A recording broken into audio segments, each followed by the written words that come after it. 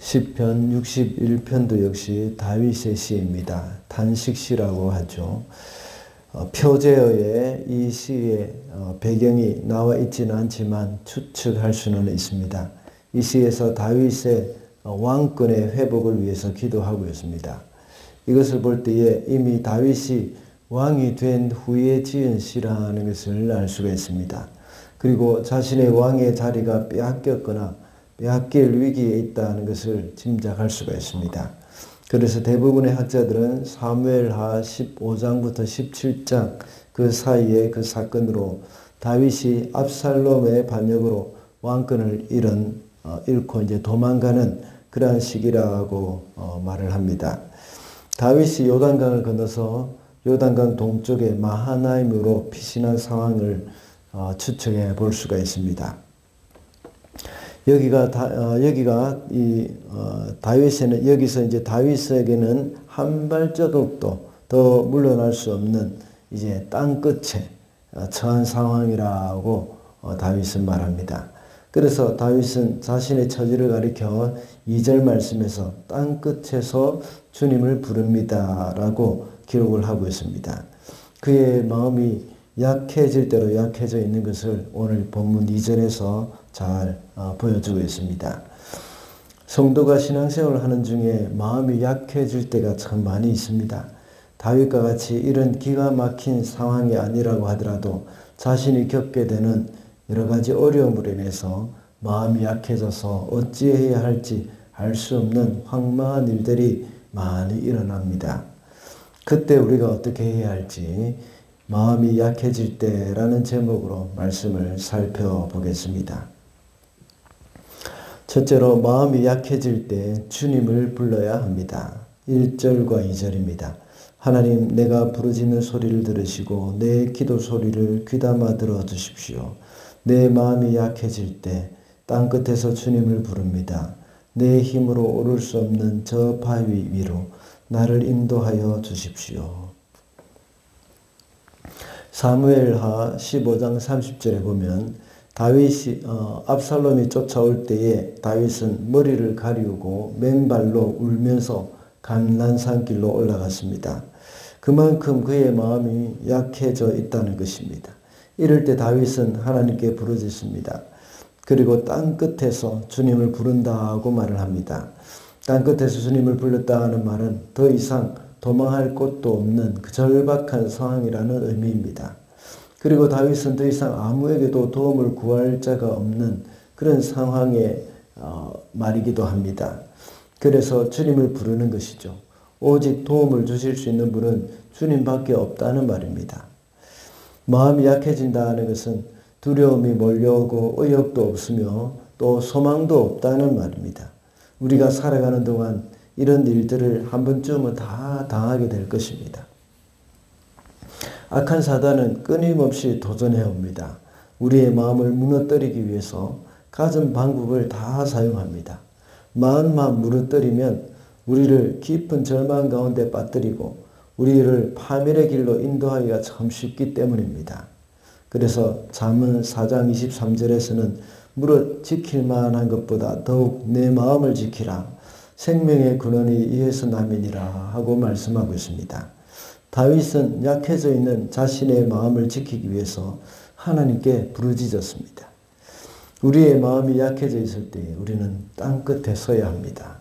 그래서 더 이상 사람의 도움을 받을 생각을 해서는 안 됩니다. 주님께 부르짖는 것이 그것만이 살 길입니다. 주님께 부르짖으면서 주님의 도우심만 의지하면서 살아야 하겠습니다. 둘째로 마음이 약해질 때 주님께로 피해야 합니다. 4절입니다. 내가 영원토록 주님의 장막에 머무르며 주님의 날개 아래로 피하겠습니다. 이 말은 첫 번째 대지에서의 내용에 주님을 불러야 한다는 말과 비슷할 수도 있습니다. 그러나 첫 번째 대지에서는 기도의 의미지만 여기서는 기도를 넘어서 행동으로 나타나는 모습입니다. 4절에서 말하는 주의 장막에 머무른다는 말의 의미가 뭐겠습니까? 다윗은 이미 예루살렘을 떠나 도피 생활을 하는 가운데 예루살렘에 있는 그 주의 장막에 머무르기는 어렵습니다. 그러나 여기서 말하는 주의 장막이라는 말은 하나님의 절대적인 보호, 이것을 상징하는 것입니다. 하나님의 보호 아래 머물겠다는 말입니다. 그리고 주님의 날개 아래로 피한다는 말도 역시 같은 의미입니다. 이것은 새끼새가 어미새의 날개 아래에서 보호를 받는 것과 같이 다윗도 역시 하나님의 날개 아래에서 보호를 받겠다는 말입니다. 하나님께로 피하는 자가 되겠다는 말이죠. 다윗은 마치 어미새가 날개로 새끼를 품어서 보호하는 것과 같이 원수들의 공격으로부터 하나님이 손수 몸으로 자신을 막아주실 것임을 이제 확신하고 있는 것을 보게 됩니다. 그래서 주님께로 달려가서 피하는 것입니다. 예수께서 바로 우리를 위해서 그렇게 하셨습니다. 온 인류가 원수 마귀의 이 손에 속임에 빠져서 영원히 멸망을 받을 수밖에 없지만 그 멸망과 그 저주를 예수님은 온몸으로 막아주셨습니다. 이것이 바로 십자가의 희생입니다. 그러므로 우리는 마음이 약해질 때에 주님께로 피해야 합니다. 십자가로 나아가야 한다는 겁니다. 그렇다면 십자가로 피해야 한다는 말을 우리가 많이 들어왔습니다. 그런데 그 의미가 과연 무엇일까요? 그것은 우리도 역시 주님 가신 그 십자가의 길을 선택한다는 의미입니다. 마태복음 10장 39절에 보면 예수님은 이렇게 말씀하셨습니다. 자기 목숨을 얻는 자는 잃을 것이요 나를 위하여 자기 목숨을 잃는 자는 얻으리라고 했습니다. 우리가 구원을 받을 길, 그리고 우리가 목숨을 건질 수 있는 길은 바로 내가 스스로 목숨을 잃기를 작정하는 것입니다. 우리가 살고 있고 피할 수 있는 살 수 있고 피할 수 있는 방법은 바로 이것입니다. 주님을 위해서 기꺼이 죽는 것입니다. 다시 말하면 십자가를 지는 것입니다. 내가 손해를 안 보려고 바둥거릴 때는 손해볼 수밖에 없습니다. 내가 안 죽으려고 바둥거릴 때는 죽을 수밖에 없습니다. 내가 손해를 보고 희생하려고 할 때는 모든 것을 얻을 수가 있습니다. 이것이 바로 십자가의 원리입니다. 예수님도 역시 십자가를 지셨을 때에 부활하셨고 승리를 얻으셨습니다. 우리가 마음이 약해질 때에 주님의 방법을 선택해야 합니다. 그래서 십자가를 질 때에 우리는 살 수가 있는 것입니다. 마지막으로 마음이 약해질 때 하나님과의 관계를 더 힘써야 합니다. 8절 말씀입니다. 그때 나는 주님의 이름을 영원토록 노래하며 내가 소원한 바를 날마다 이루겠습니다. 주님의 이름을 영원토록 노래한다는 것은 그만큼 그의 상황과 상관없이 하나님을 섬기겠다는 다짐입니다. 비록 그에게 아들의 반역으로 인해서 정말 기가 막힌 상황을 맞이하고 있지만 하나님을 향한 그의 사랑과 신뢰는 변함이 없었습니다.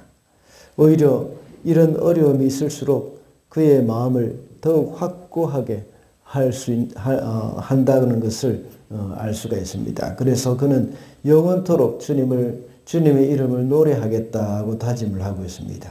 그뿐만 아니라 하나님께 소원한 바를 날마다 이루겠다고 말하고 있습니다. 그의 상황과 형편이 어려울수록 그리고 그의 마음이 약해져서 무너져 내릴 때에 더욱더 하나님과의 그 관계에 힘을 쓰고 있는 그런 다윗의 모습을 우리가 발견할 수가 있습니다. 우리 삶 가운데 마음이 약해져서 모든 삶이 무너져 내릴 것 같은 그럴 때가 얼마나 많이 있습니까? 그때 많은 사람들이 하나님을 떠날 때가 많습니다. 그리고 심지어 주일 예배조차 나오지 않는 경우가 많습니다. 그것은 정말 잘못된 방법이죠. 그리고 하던 기도조차 멈춰버리고 많은 그런 사람들이 정말 많이 있습니다. 그러나 그럴 때일수록 하나님과의 관계에 힘을 써야 합니다. 우리가 하나님과 함께하고 하나님과의 관계가 가까워질 때 우리의 마음에는 새 힘이 솟아납니다. 여호와를 기뻐하는 것이 우리의 힘이라고 느헤미야 8장 10절에서는 말씀을 하고 있지 않습니까? 그리고 이사야 선지자는 여호와를 앙망하는 자는 새 힘을 얻으리니 독수리의 날개침에 올라간 같을 것이라고 했습니다. 우리의 지치고 약해진 마음에 힘을 얻을 수 있는 방법은 사람의 위로가 아닙니다. 그리고 상담가를 찾아가서 얻을 수 있는 것이 아니죠. 우리를 가장 잘 아시는 하나님께 찾아갈 때 우리는 새 힘을 얻을 수 있습니다. 그러므로 마음이 약해질 때 우리 성도는 하나님과의 관계에 힘을 써야 한다는 것을 잊어서는 안 되겠습니다. 말씀을 맺겠습니다. 오늘은 마음이 약해질 때라는 제목으로 말씀을 살펴봤습니다. 마음이 약해질 때 주님을 불러야 한다고 했습니다. 그리고 마음이 약해질 때 주님께로 피해야 하고 하나님과의 관계에 더 힘을 써야 한다고 했습니다. 오늘도 주님이 주시는 새 힘으로 승리하는 저와 여러분이 되시기를 바랍니다.